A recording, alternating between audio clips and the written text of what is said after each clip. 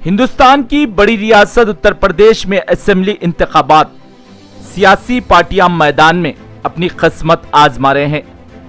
हैदराबाद से पहुंचे असदुद्दीन अवैसी भी अपनी किस्मत आजमा रहे हैं, लेकिन असदुद्दीन अवैसी को लेकर सियासी पार्टियों के पहले ही हलक से पानी नहीं उतर रहा था। दूसरी तरफ उनके छोटे भाई अकबरुद्दीन अवैसी ने हैदराबाद में उत्तर प्रदेश से ताल्लुक़ रखने वाले मुसलमानों के साथ सभा की और उनसे मुलाकात की। उसके बाद अकबरुद्दीन अवैसी को लेकर भी उत्तर प्रदेश के सियासी खैमों में सरगर्मियां तेज हो गई है। भारतीय जनता पार्टी के रुकने पार्लियामेंट साक्षी महाराज ने उत्तर प्रदेश में अवाम से मुखातिब थे। इस दौरान इन्होंने अवैसी ब्रदर्स पर बड़ा हमला बोला। कहा कि अकबरुद्दीन अवैसी के एक बयान पर तेलंगाना के भारतीय जनता पार्टी के रुकने असेंबली राजा सिंह ने उनके मकान जाकर बाहर निकलने के लिए कहा, लेकिन अकबरुद्दीन अवैसी घर के बाहर ही नहीं निकले थे। साक्षी महाराज ने यह भी कहा कि अवैसी ब्रदर्स हिंदू मुसलमान में खाई खोदने का काम करते हैं और इन्होंने ये भी कहा कि अयोध्या 370 हटाने के बाद अवैसी बहुत बोल रहे थे, लेकिन एक पत्ता भी नहीं हिला। जराये से पता चला है कि साक्षी महाराज उत्तर प्रदेश में एक सभा में अवाम को खुश करने के लिए अवैसी ब्रदर्स का सहारा लिया और अवैसी ब्रदर्स पर निशाना साधते हुए अकबरुद्दीन अवैसी पर बयान दे दिया और ऐसा बयान दिया वो सरासर झूठ साबित हो गया। साक्षी महाराज ने यह कहा कि अकबरुद्दीन अवैसी के बयान के बाद राजा सिंह उनके मकान पहुंच गए थे और अकबरुद्दीन अवैसी घर के बाहर नहीं निकले, जबकि तेलंगाना में रुकने असेंबली भारतीय जनता पार्टी का एक ही था। अब तेलंगाना में बाईपोल में जीतने के बाद 2 रुकने असेंबली हो गए, यानी 3 रुकने असेंबली तेलंगाना में भारतीय जनता पार्टी के है। Leader of the opposition Telangana में AIMIM है, जबकि AIMIM पार्टी और खुसूसन अकबरुद्दीन अवैसी से बिना मजहब व मिल्लत लोग जुड़ते हैं।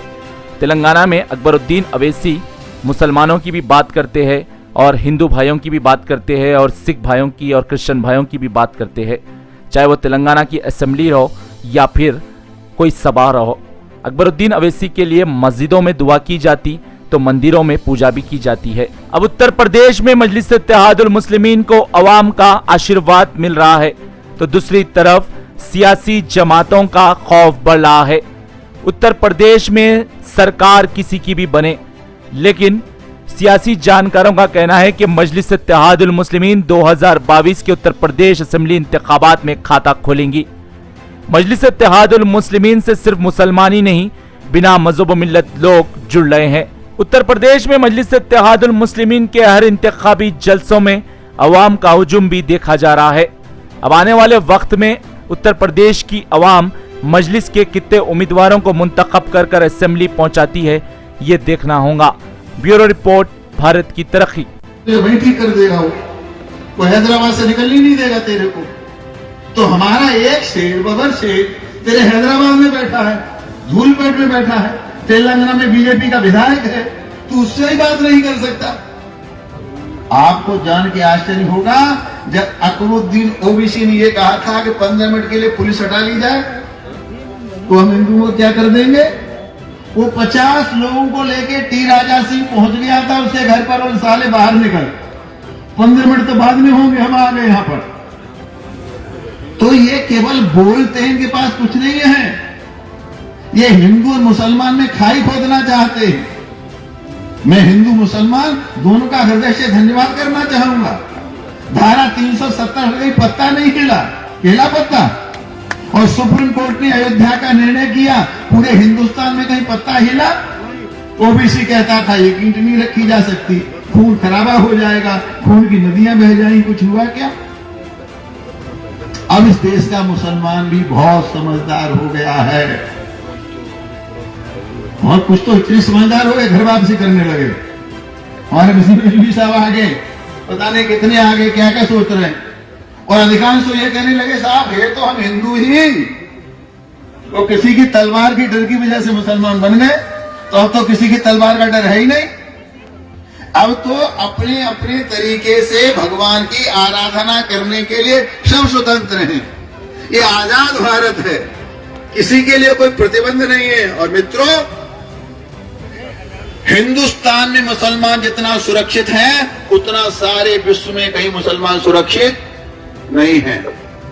पता लगा लेना अपने इस्लामिक देशों में अब तक करीब 34 लाख मुसलमानों का कत्ल हुआ है और 34 लाख मुसलमानों का कत्ल मुसलमानों ने किया है। बजरंग दल वालों ने नहीं किया, साक्षी महाराज नहीं किया, बीजेपी वालों ने नहीं किया और 34 लाख मुसलमानों का कत्ल मुसलमानों ने किया है। हुसैन का कत्ल किसने किया था? हमने किया था। कलमा पढ़ के उनका कत्ल किया था।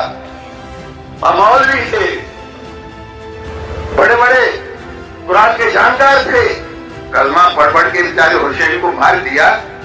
वो लोग सारे विश्व में अशांति चाहते हैं, हम इकलौते हैं सारे विश्व में धरती पर। हम कहते हैं सर्वे भवन्तु सुखिना, सर्वे सन्तु निरामया, सर्वे भद्राणि पश्यन्तु मां कश्चित् दुःख भाग् भवेत्। हम अकेले हैं, अपने मंच से कहते हैं प्राणियों में, बोलो ना, प्राणियों में सद्भावना हो और विश्व का, हम विश्व के कल्याण की बात करते हैं।